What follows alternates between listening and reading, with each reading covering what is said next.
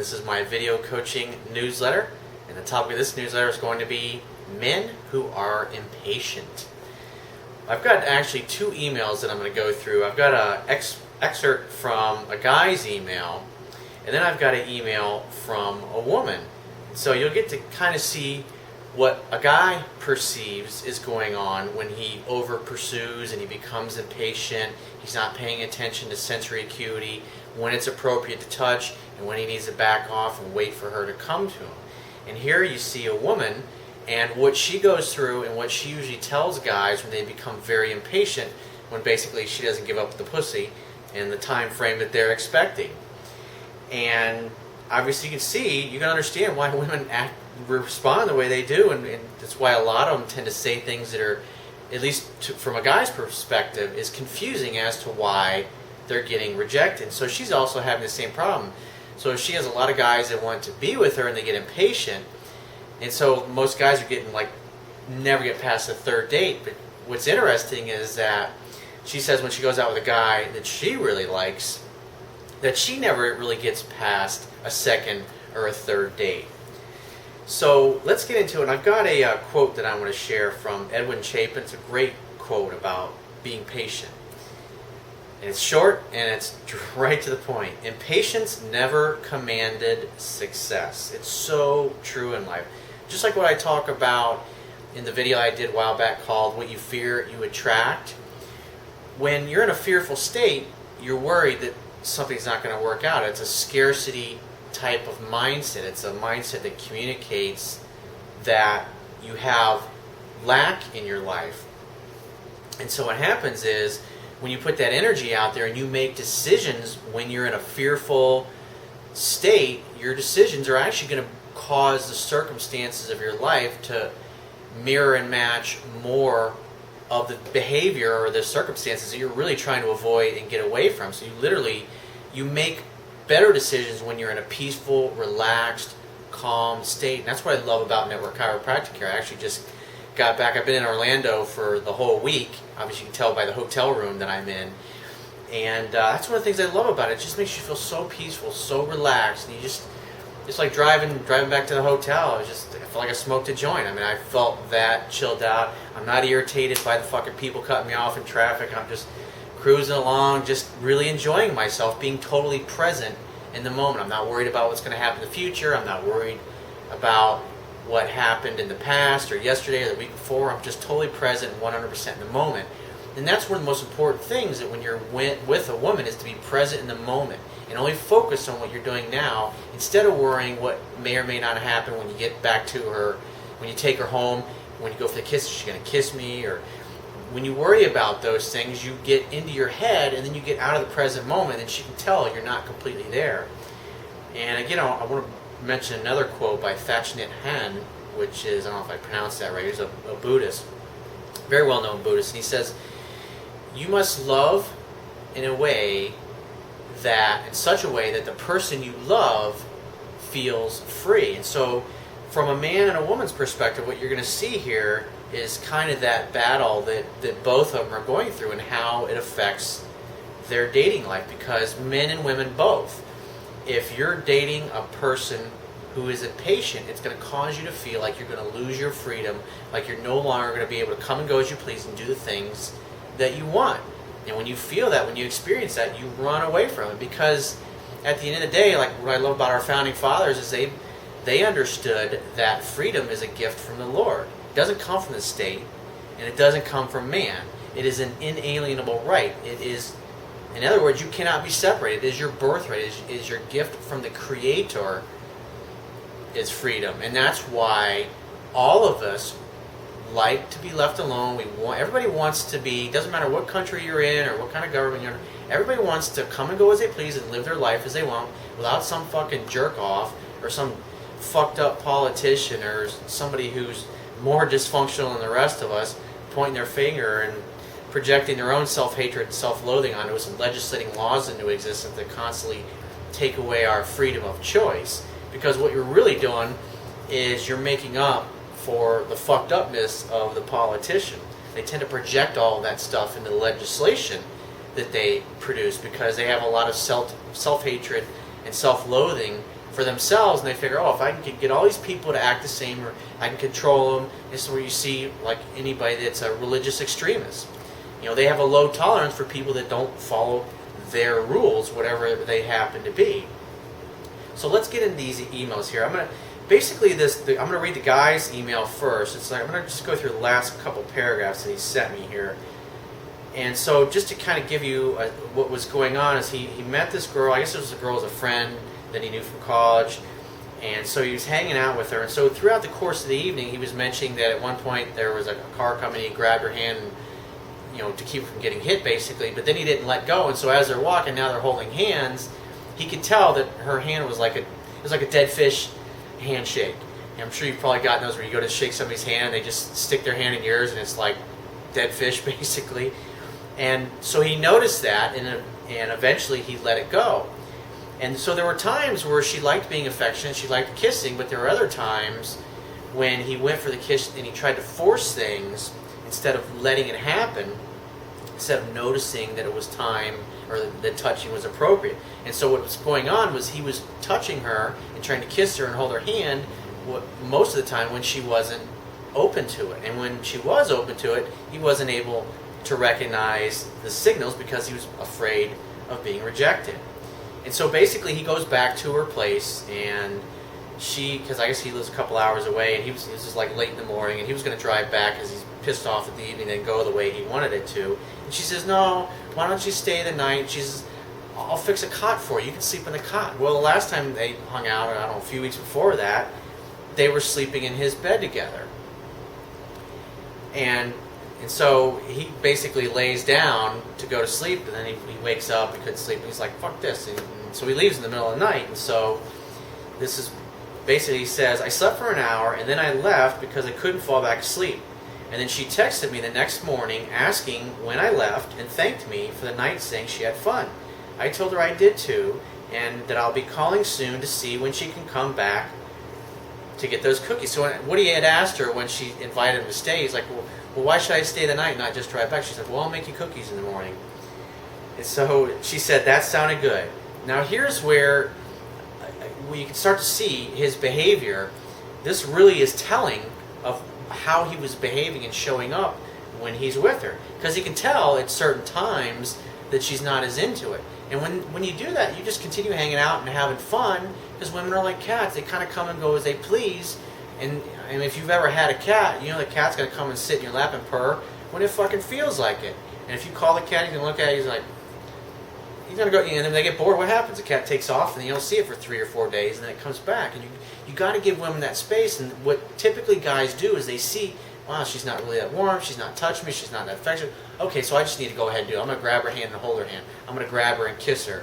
And so he kisses, like when he was leaving at one point, he goes to kiss her, and she lets him kiss him, but she doesn't kiss back. And those are telling signs. So he says, so she texted back the next morning, and this is after the cookies, and she said, that sounds good. And he says, I called her 3 days later, but she didn't return the call. I called her, and what do I say all the time? When you leave a message for a girl, wait to hear back from her. If she doesn't call you back, on to the next one. And that's where a guy goes sideways. The girl doesn't respond in the time frame that he expects. And so obviously you call a girl 3 days after seeing her last, when she's cold and distant the last time you were with her. So I would have not even bothered calling this girl at all. I would have waited for her to reach out to me, because I wouldn't have liked her behavior, the fact that she wasn't reciprocating. But that was all related because of this guy was basically over pursuing in several ways. So that affects the tone of your voice, that affects your physiology, it affects your body language, because it's not so much what you say, it's how you say it, like I was talking about in yesterday's video. And so he says he calls her 3 days later, but she didn't return the call. And then he says, I called her again a week later, and she responded. So he calls, leaves a message, and she sends a text back. A woman does that, she's trying to avoid you. She doesn't want to talk to you. It means it's really low interest. And when you see that, you should go, then you just walk away. You figure, hey, if she calls me, I'll make plans, invite her to come see me. And if I don't hear from her, then hey, it's been nice knowing her. But instead, because what's happening, he's falling under what I like to call the illusion of action. He thinks, I got to do something. I got to make something happen. I got to try to force things. And so he says, they called her again a week later. She responded with a text saying she was in class and asked, "What's up?" I told her to give me a call when she got out. It was a late evening class. She never responded. And then he says, I texted her the following day with some corny... See, here again, now you're not waiting for her to call you back. And so this is...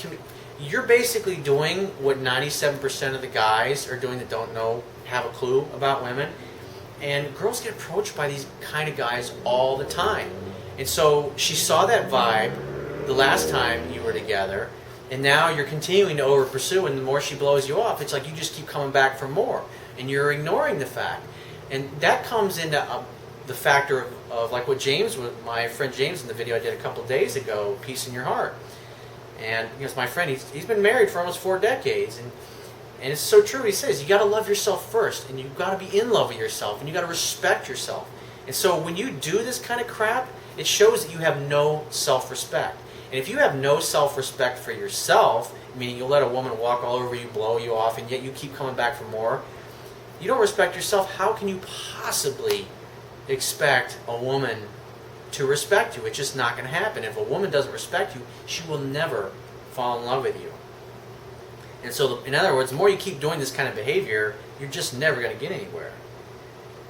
So he says he texted her the following day with some corny phrase saying, a gentleman would like to see a lady again. When is a lady free? That was a week ago, and she hasn't contacted me since. And he says, I have no clue what is going through her head. Well, I can tell you what's going through her head. She's just really not interested in seeing you, and she's not calling you or texting you because she figures you're going to probably in a few days or a week or two call her again and take another run at it instead of just being... Because if you have self-respect, you say, this is bullshit. I'm not going to waste my time or my energy or my emotions even thinking about this girl because of her the way she was the last time that you were together. But so this completely communicates you have no self-respect, and obviously you're not very successful with women in general. And so what that does is it lowers your social value in her eyes. Women essentially really would all love to date the most dominant male. In your behavior, you're not acting like a dominant male. You're acting like a beta male who is unsure of himself and who hardly ever has any kind of success. So he says, I maintained high masculine energy throughout our time together, except perhaps at the night ending, and I know she was having a great time. She's going to a party of one of our mutual friends in a month, and I haven't decided if I want to go. Any way that I can salvage this? How should I act if I decide to go and see her at the party? Don't go see her at the party to see her. If you're going to go to that party, go because you want to go hang out with your friends. But you go there wanting to see her. This is all pursuing behavior. You're never going to get into a relationship with a woman who really digs you and wants to be with you when you keep fucking around like this with girls. And as long as you keep over pursuing, all women are pretty much going to flake and blow you off like this. So the best thing, if you see her at the party, just act like nothing ever happened. Hey, how are you? I wouldn't ever call her, I would ever text this girl again. And if she mentions, oh, we should get together, I know what this guy's probably thinking in his mind. I was like, when I see her, I'm going to bring up the cookie thing. Hey, when can we get together when are you going to make me the cookies that you promised me? It's like, you shouldn't even mention that. I wouldn't bring up anything. Hey, how you been? Oh, great to see you. Hey, I'm going to grab a beer over here, and I'll catch up with you later. And then go fucking talk to somebody else. Go talk to the girls, or just ignore this chick. If she comes up to you and wants to talk to you, and she comes over like, hey, what's up? Did you miss me? She's like, well, of course. Or whatever she says. I'm like, well, why don't you go ahead and you should get her over and kiss me. And say that, but more than likely she's going to probably avoid you at the party. And so let's get into the email I got here from a woman. She says, hi Corey, I'm a hairstylist, so I'm very social, but I tend to control and lead the conversations on dates as I do at work. So on a date, I feel like it's work because I have to go through all of my BS conversation. So in other words, you got to make conversation for a living as you're cutting people's hair. So you probably got really great social skills, and you're good at keeping conversations going when it's fucking boring and it's dying. Which, that's a great skill to have, so if you're with a guy that you really like, the conversation starts to die, then you can jump right in and keep it going.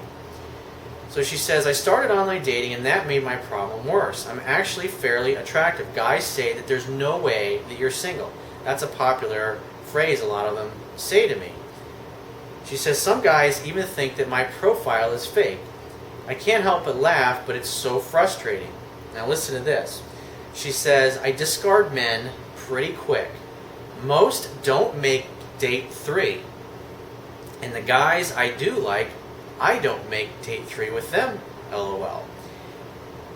And so I would say more than likely when you're out with a guy that you really like, what you're probably doing is obviously a little over pursuing, and it's causing the guy to feel like he's going to lose his freedom. You probably come off as a little needy, a little clingy, one of those girls who's going to want to get into a relationship after a couple of dates. And if you're really attractive and the guys that you're dating are probably very successful guys and are used to dating the kind of women they want. And as a guy who I'm personally used to getting what I want from women and dating really super high quality, high achiever type of women, it's like I'm not interested in timid women or women who don't have the confidence to look me in the eye or who aren't happy, who can't just stand there and talk to me and look into my eye and gaze in my eyes without like turning sideways. In other words, I like women who are completely 100% present. I mean, they're comfortable with themselves. They love themselves enough and they think highly of themselves enough to where they feel like they deserve to be there. And so she says, the last guy that I went out with, the first date was great. The second date was great at first. He said, this is fucking hilarious. I can just see, over the years, I've had girlfriends, it's like so many women tell me this similar fucking thing that guys do. So it's like the guy is going out, and it's like what you're going to see when I read this is that it's like the guy's going out on the date, and he's like not really even focusing on having fun. In the back of my mind, he's worrying like, okay, when the fuck is the sex going to happen? I mean, that's basically what he's doing. And she says that he says, how many more of these do we have to do? Implying how many more dates. Then at the end of the date, he brought it up again. And I should say that in between dates 1 and 2, he kept asking me to come to his place.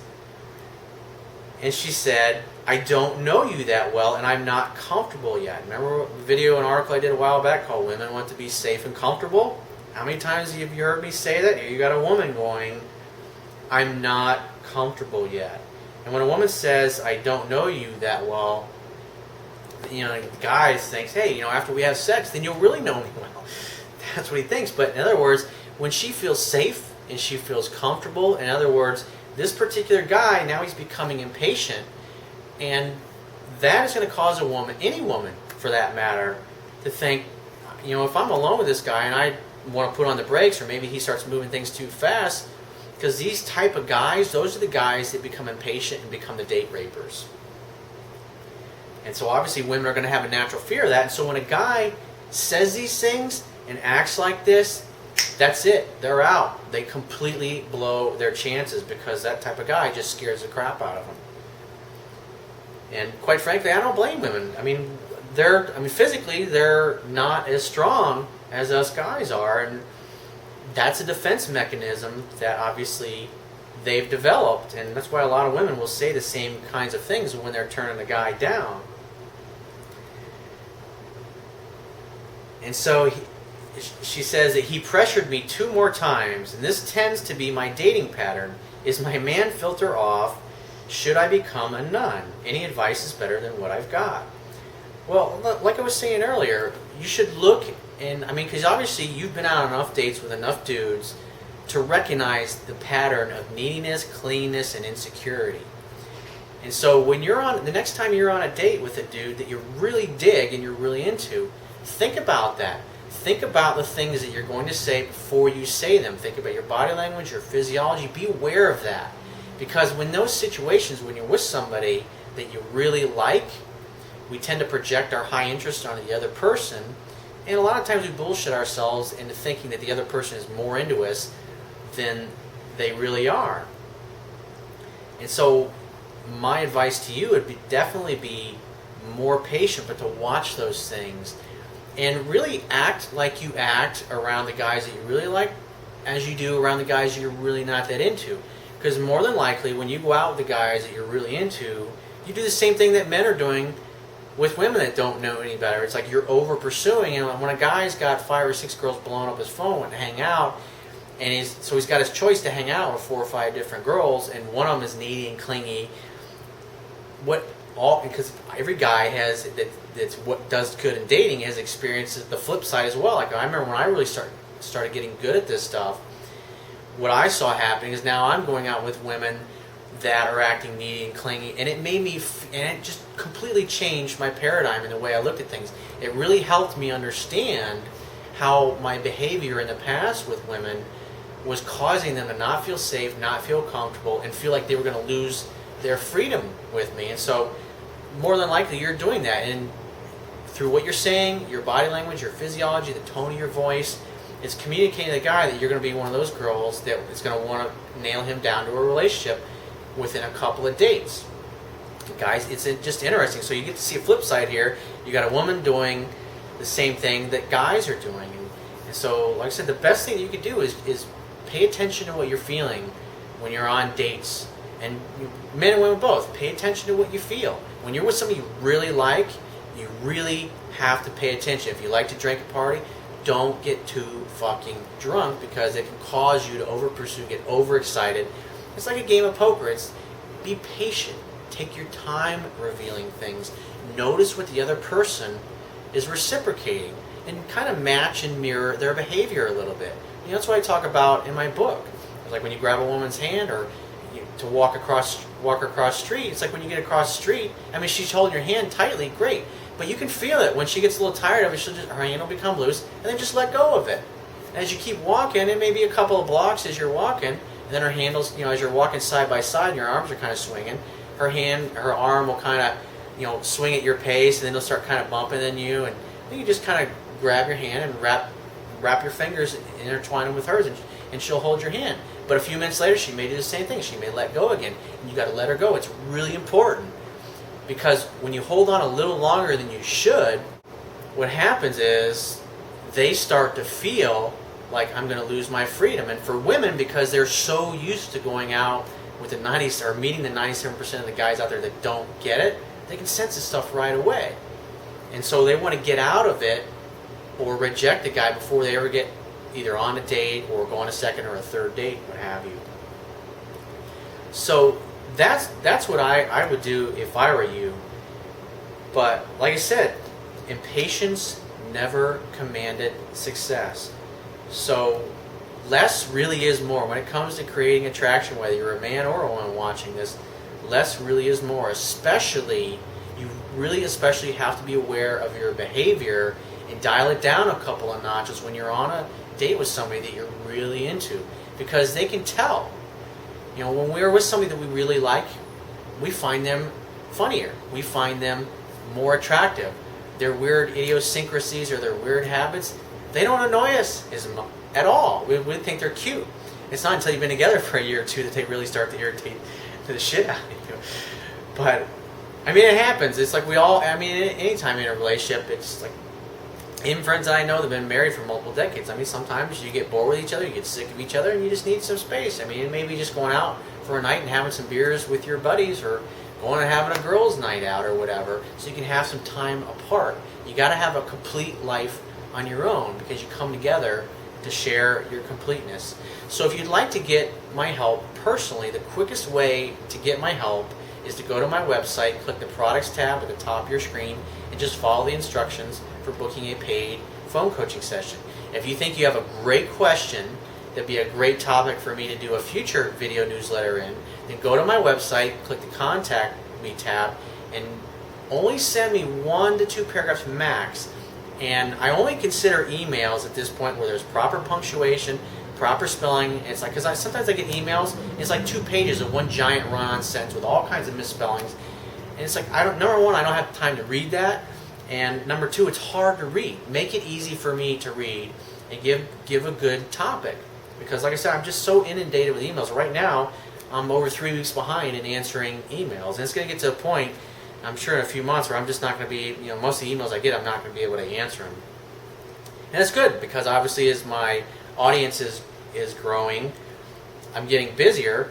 But the key is, if you think you got a really great question that I haven't answered before or a different take on it, go ahead and send it in by clicking the contact tab. And I will talk to you tomorrow.